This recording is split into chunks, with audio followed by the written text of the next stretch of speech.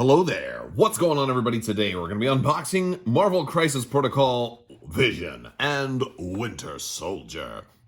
This is for the Marvel Crisis Protocol miniatures game, and we're going to take a look at these. We'll look at the sprues, we'll look at the cards, I'll put them together, and we'll do all this stuff. Now, I'm going to change up my formula a little bit here, because normally I build them all live, and what I think I'm going to do is I'm going to fast forward through that and just skip to the building once they're assembled, so you can just see the final project instead of watching me do piece by piece, because I think that kind of gets boring, and I don't get a lot of feedback that that's actually helpful for people. While I'm pulling everything out of this box here, I do want to remind you guys there's a new round of the giveaway going on right now. So if you'd like to enter to win a $25 Amazon gift card, you just have to be a subscriber and leave a comment on this or one of my videos. And this will run for a couple of weeks, and at the end, I'll announce the winner at the end of one of my videos. So make sure you watch all the way to the end.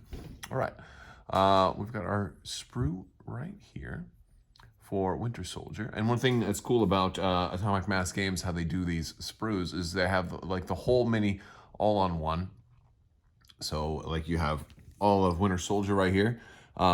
He doesn't look too bad. He's got the front and the back. For like most of his body is all one piece, or like rather these two pieces. But then he's got the little dagger, man. He's got the little daggers and a little extra belt pouch. Look how many pouches there are on here. They have to have the extra belt pouch there. Okay. Oh, another leg there, and there's the boot, and then there's the silver chromed out arm, and then the regular arm, and then of course we've got Vision right here. Look at that cape. It's a cool looking cape. And we've got all the rest of them. There's the head there. Hey, they made the head a single piece. Surprised they didn't make that gemstone a single, like an extra piece. And we've got our four bases, as well as some cups and trash to go along the bases. And we've also got some cards. So let's look a little bit closer at their cards.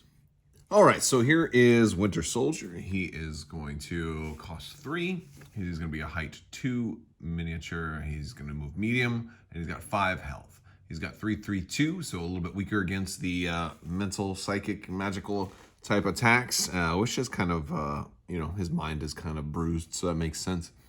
He's got the assault rifle attack, which is actually pretty nice. It's a range 5, 4-die attack, and it has bleed, which is pretty good. And then he's got Red Fury, which is an expensive attack for 4 power, but it attacks, pushes, and then also gives you another free assault rifle attack.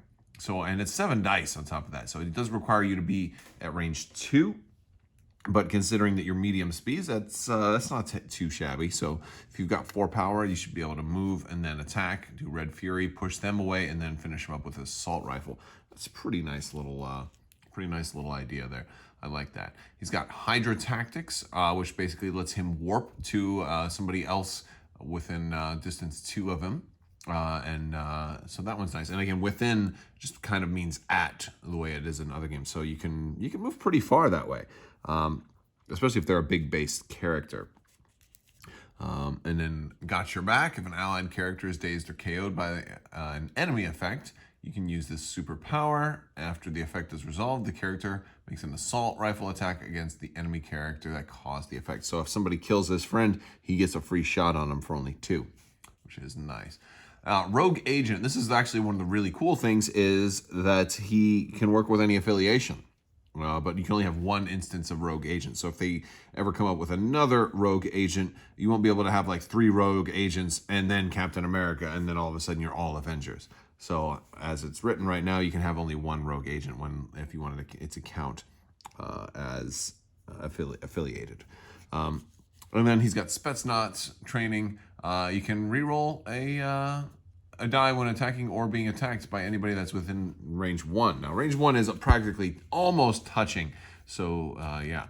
If we flip him over, he's going to go up to 6 health. So he went from 5 to 6 health, which is not bad. And I think everything else stays about the same. There's some different artwork there for Winter Soldier. Vision is, he's going to cost 4. He's going to be a little more expensive. A little weaker, though, against a lot of attacks. So he might be able to go down pretty quickly. but a little bit strong against the magical, so that's kind of cool. He's got 6 health, though. He's also medium speed, also size 2. Starts out with solar energy beam. He starts out with a range 4 beam, which for 0 points, which is insane. So I think you definitely want vision to line up those shots. This is gonna be really fun, just for the beam. He's got Synthezoid Avenger, which is a 7-die attack. And that one, they don't get to basically they ignore their exploding dice. So their bang results, they don't get to add extra dice, and they don't get to count them when they're defending, which is nuts. He's got Calculated Trajectory, which is a throw. He's got Synthesis, an action just to gain 2 more power. He's got Rapid Phase. When this character is targeted by an enemy attack, you can use this to choose a new phasing type. And basically, during the power phase, you're going to choose a phasing type. You're either going to be enhanced density or phased. And so you're going to basically protect against energy attacks, or you are going to protect better against physical attacks. But you have to choose one or the other.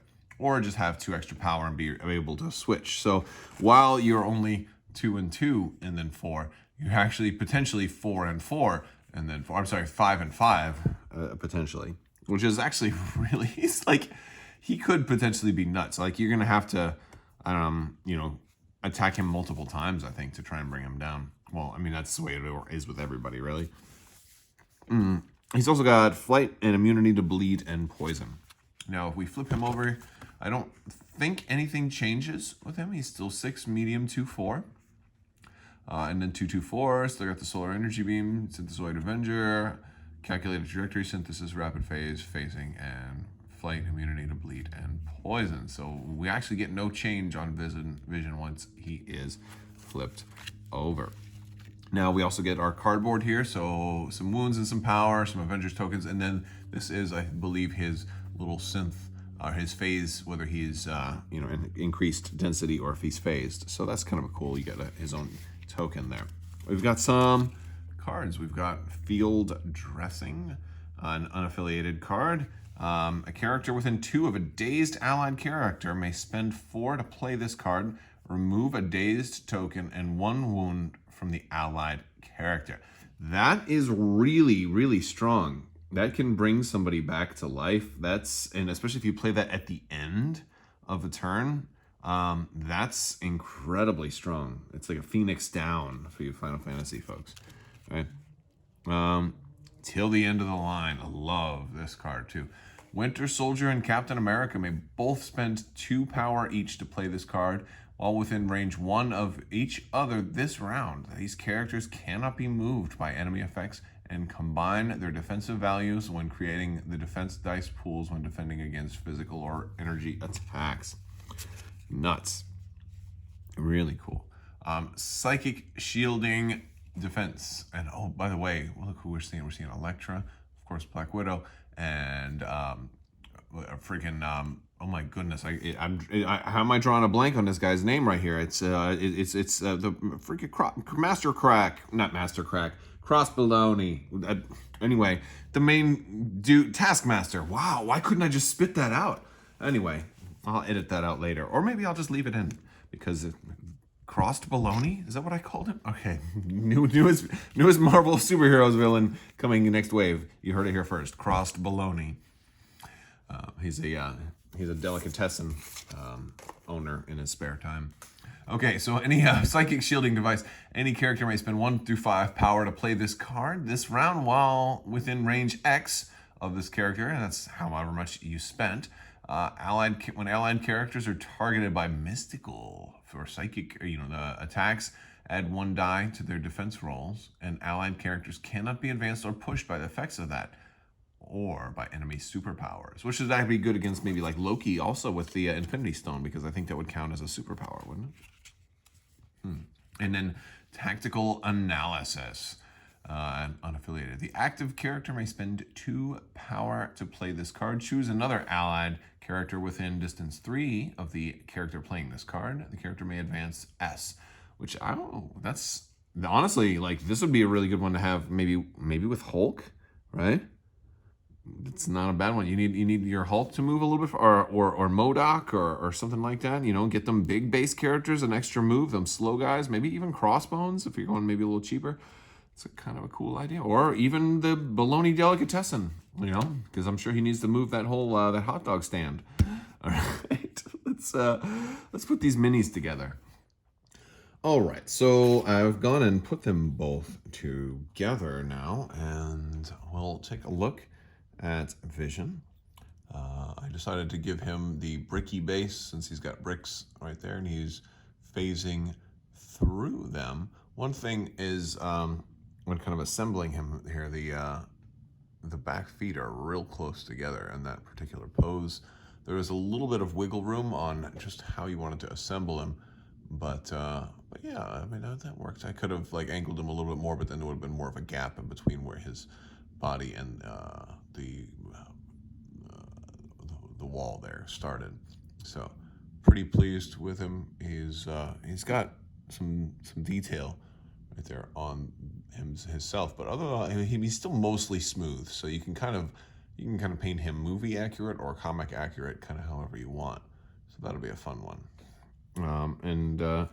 Next up is Bucky. I had some problems with Bucky, mostly because his middle arm didn't really want to go in right. Like I got a little gap here in the back.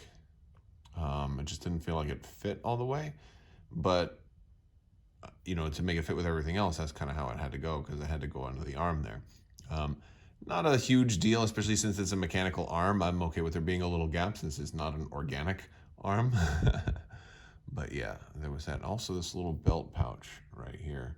I feel like there's a spot where it clips in, but there's an extra little space of like flatness on the front of the leg right in front of the belt pouch. I feel like there should have been like one more pouch on there. Like it was sculpted like a flat part for it to recess against and just didn't quite go in all the way.